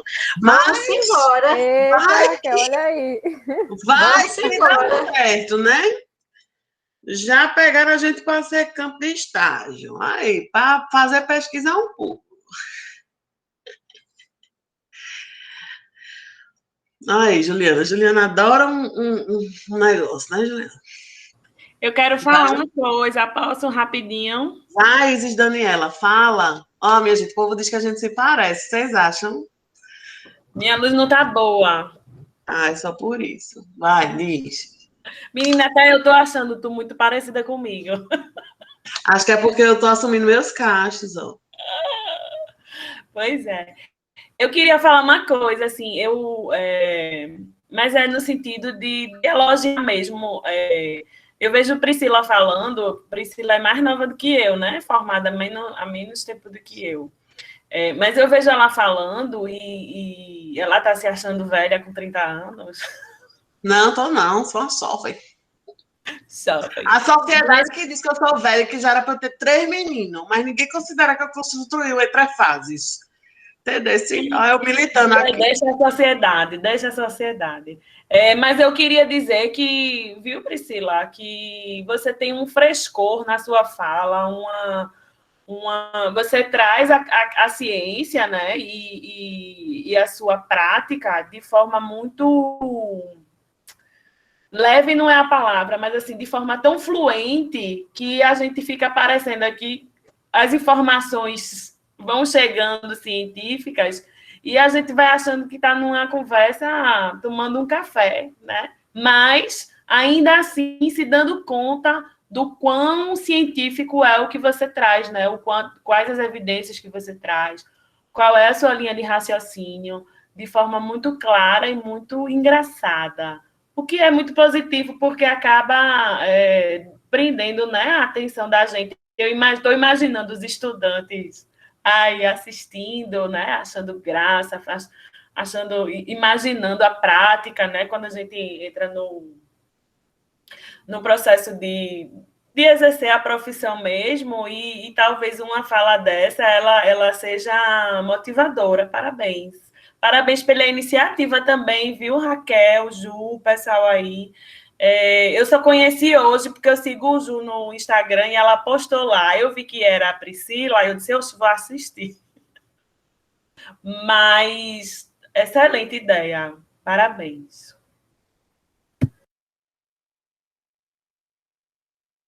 Olha, já que não tem outra pergunta, eu vou fazer aqui uma apresentação um pouco rapidinha. A gente tem que trazer um homem, gente, porque ninguém merece. 10 horas da noite, passei o dia atendendo, eu tô aqui só Jesus da causa. Tem que trazer uma piada, né, para trazer a leveza.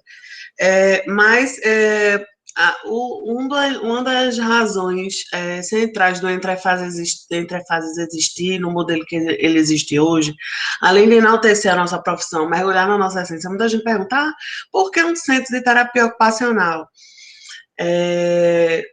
Porque não é uma clínica multidisciplinar.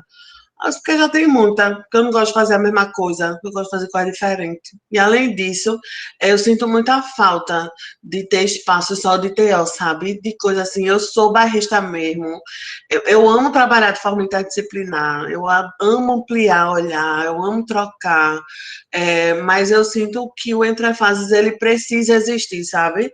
Como resistência também desse processo da nossa categoria, e de luta também, enfim, de muitas coisas que a gente comunica só por a gente existir. E aí, uma das coisas um dos propósitos é justamente de aproximar a nossa prática, a terapia ocupacional, das pessoas, porque a nossa ciência, ela está entranhada no cotidiano das pessoas. Então, não faz sentido para mim. Eu comecei, quando a gente começou a atender lá no consultório, né, quando era eu e Dani, dividindo a sala, para a gente não fazia sentido, assim, as pessoas procurarem terapeutas de integração sensorial. E, mais uma vez, minha gente, eu tenho Jean como uma das minhas mentoras aí, que ela, às vezes, me dá umas inspirações de trabalho, assim, espirituais quase, que ela faz o valor da ciência dela. Mas, não diminuindo de forma alguma a integração sensorial, mas eu acho muito perigoso isso, sabe? A gente não se apropriar da nossa ciência, a gente não se apropriar dos aspectos dela. E uma coisa que eu falei, cortei, acabei cortando meu raciocínio com outra coisa, que de vez em quando eu faço isso, principalmente nessa hora da noite, porque eu já estaria dormindo e eu fico atacada se eu estiver tendo que recrutar aqui a massa cinzenta para conversar, eu fico atazanada, é que... esqueci de novo. Oh, minha Nossa Senhora. Só Jesus na causa, viu? É a idade, viu? É nada, querida. Eu estava falando daqui do Entrefases, né? Da razão dele existir. E de não admitir essa coisa chegou, Jesus, obrigada. É que o que é que acontece? Muitas vezes a criança ela vai precisar de uma equipe multidisciplinar, assim, para trabalhar com as dificuldades alimentares. Eu sei que eu sou suspeita para falar, claro, porque eu sou TO, mas, minha gente, para identificar os aspectos relacionados a dificuldades alimentares, de verdade mesmo, não existe profissão mais completa do que a nossa, que entrega mais ferramenta do que a nossa. Tanto é que em outros lugares no mundo, a terapia ocupacional, o terapeuta ocupacional é aquele primeiro profissional procurado, entendeu? Para avaliar essas questões de desempenho ocupacional. Então, assim, e aqui não é uma realidade do Brasil, né? Muitas vezes a criança vai na nutricionista, vai na fono, vai na psicóloga também, né? E por último chega na TO. E quando chega na TO é porque se identificando só a questão sensorial, entendeu? E uma das nossas lutas na nossa prática aqui é justamente essa, entendeu? Eu agradeço, eu honro a integração sensorial, ela abriu muitas portas para a TO na infância. Eu agradeço muito, né, também, mas a gente precisa saber usar essa porta que foi aberta para nós com sabedoria. Saber usar com sabedoria é redundância adjetiva por aqui. Mas a gente precisa usar de forma mais sábia, sabe? Essa abertura de portas, né? E não cair na armadilha de restringir a nossa prática, né? Então, assim, essa é uma das maiores razões do Entrefases existir, dele ser um centro de terapia ocupacional. Não sei se na próxima evolução dele, ele vai se tornar uma clínica multi, não sei. Hoje, eu poderia ter várias justificativas que me colocassem uma clínica multidisciplinar, mas a gente sente, tanto eu quanto o Dani, que essa é a nossa missão, sabe? Esse é o nosso propósito dentro da nossa categoria, na nossa carreira, enfim. Então, é isso. Então, por isso que na nossa clínica eu tenho muito orgulho de dizer que foi... Olha, não tinha, minha gente, não tinha ninguém que tinha cozinha terapêutica, e o Entrefases veio aí botando para jogo, os pais dentro da sessão, banheiro para fazer treino de atividade, treino de banho, treino de vaso, de coisa, sabe? De dizer, ó, a gente tá aqui, mas isso aqui tem um porquê, isso é para a gente conseguir isso, sabe? Não é só porque o menino precisa sei lá, ser mais coordenado globalmente, não sei o quê. Não, a família tem uma dor, e essa dor é ocupacional, e a gente é o profissional que é habilitado para isso, então a gente precisa se apropriar disso, minha gente, sabe? Então, hoje, cada vez mais está sendo escancarado que essas dores ocupacionais, elas são reais. Quer ver o que está acontecendo com um monte de família tendo que fazer home office? Como é que faz para organizar? Entendeu? É uma junção ali, uma confusão de papel ocupacional que não está no gibi, entendeu? Então, se a gente tivesse. Por isso que eu estou querendo falar para o povo, para dizer: olha, minha gente, tenham visão de negócio, sabe? Invista na sua carreira, sabe? Porque, poxa, tem tanta oportunidade acontecendo, as pessoas estão tendo dores e estão comunicando isso para a gente, né? E se a gente não se apropria disso e não ocupa o nosso espaço, vem outra pessoa e ocupa, como a gente já viu várias vezes acontecer, tá entendendo? Então é isso, olha eu aqui militando, porque eu sou dessas, sempre que tem um espaço eu digo isso. Acho que não tem mais nada não para eu falar, minha gente. Tá bom, querida. Muito obrigada. Foi muito bom, tá certo? Eu espero que o Entre Fases continue com essa filosofia, com essa missão, tá certo? Se isso é ser barrista, eu também sou, né? E eu comungo com você, eu compartilho isso com você. E acho que realmente a gente precisa se dar valor enquanto profissional da terapia ocupacional, e a gente precisa dar valor à terapia ocupacional, né? O valor que ela merece, que é merecido a ela, né? E fazer valer a formação que a gente recebeu. Isso é visto na prática, sem ser só de forma romântica, entendeu? Porque não é só de amor que se constitui, né, uma carreira como terapeuta ocupacional. Não. Tem diversos elementos, e amor é um deles. E se não tiver um super amor, também tem problema não, sabe? Não precisa ter essa visão emotiva e afetiva somente não, sabe? A gente tem muito a contribuir sim na prática, é real, mas é palpável, e a gente está passando por uma pandemia, a gente está vendo isso, entendeu? Não é ninguém que está contando, não. A própria sociedade está falando isso pra gente. E qual que é que a gente faz com esse limão que a galera tá tacando na gente? Vamos fazer uma limonada, né? Vender na calçada. Isso. É verdade. Então, acho que a gente precisa fazer realmente isso. Muito obrigado, né, a todo mundo que ficou aqui até agora. Acho que ficou todo mundo. 10h10 da noite. Eu estou emocionada, ficou todo mundo que eu estou olhando aqui, ó. 10h10 da noite, né? Aguardem que no próximo mês já está aí no gatilho a próxima roda de conversa. E a gente divulga, né, que vocês possam participar. Provavelmente amanhã já vai estar no YouTube a roda de hoje, tá? E, mais uma vez, Priscila, muito obrigada mesmo. Foi excelente, e vamos fazer valer tudo que você disse, vai ficar gravado, hein? E tem uma sugestão aqui de tema também para a gente fazer, que eu acho que é muito legal, da gente falar sobre o empreendedorismo na área infantil.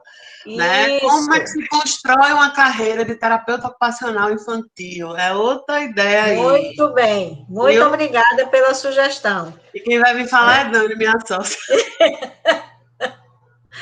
Tá certo, já está convidada.